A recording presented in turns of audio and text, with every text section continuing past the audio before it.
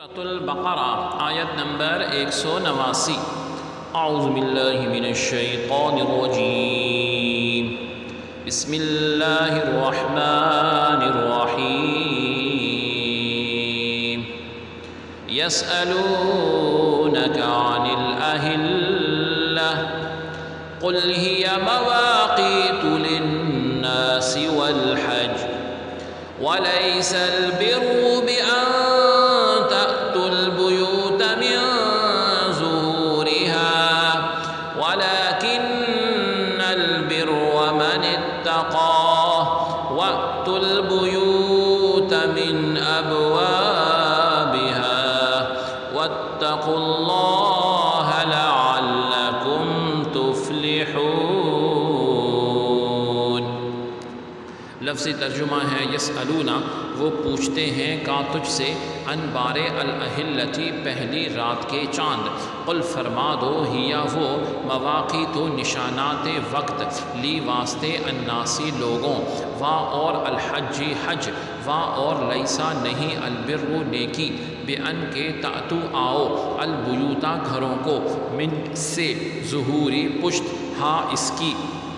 وا اور لیکن نہ بلکہ البرا نیکی، من جو اتقا ڈرے، وا اور اتو تم آؤ البیوتا گھروں کو، من سے ابواب دروازے، ہاں اس کے،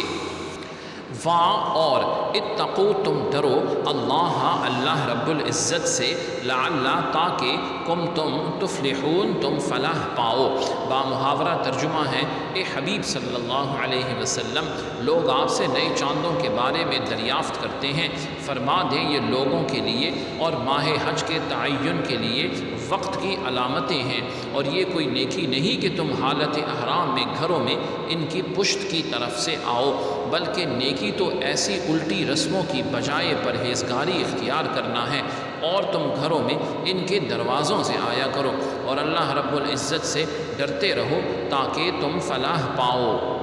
آیت کی تفصیل میں فرمایا گیا یسألونک عن الاہلہ، تم سے نئے چاندوں کے بارے میں سوال کرتے ہیں۔ شان نزول کے بارے میں فرمایا گیا حضرت معاذ بن جبل رضی اللہ عنہ اور ایک دوسرے صحابی رضی اللہ عنہم کے بارے میں ان کے جواب میں یہ آیت نازل ہوئی ہے کہ ان دونوں نے رسول اللہ صلی اللہ علیہ وسلم سے چاند کے گھٹنے بڑھنے کے متعلق سوال کیا۔ اس کے جواب میں چاند کے بڑھنے اور کم ہونے کے سبب کی بجائے اس کے فوائد بیان فرمائے کہ وہ وقت کی علامتیں ہیں اور آدمیوں کے ہزارہا دینی اور دنیاوی کام اس سے متعلق ہیں، زراعت ہے، تجارت ہے، لین دین کے معاملات ہیں، روزے اور عید کے اوقات ہیں، عورتوں کی عدتیں ہیں، حیض کے ایام ہیں، حمل ہے اور دودھ پلانے کی مدتیں ہیں، اور دودھ چھڑانے کے وقت اور حج کے اوقات سارے پہلے اسی سے معلوم ہوتے تھے،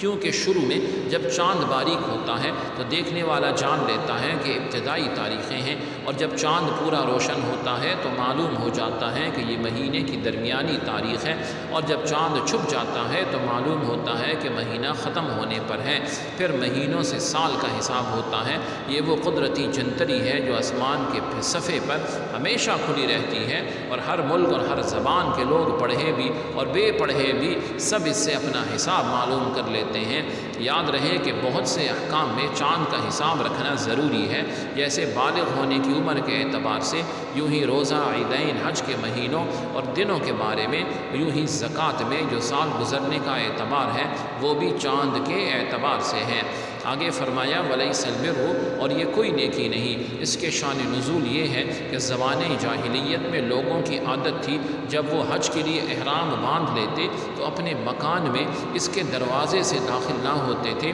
اگر ضرورت ہوتی تو پیچھے دروازے جو ہے تو پیچھے دروازے سے آتے یا دیوار توڑ کر آتے، اور اس کو نیکی جانتے تھے۔ اس پر یہ آیت نازل ہوئی کہ یہ کوئی نیکی نہیں کہ تم گھروں کے پیچھے سے آؤ، اصل نیکی تقوی، خوف خدا اور احکام الہی کی اطاعت ہے۔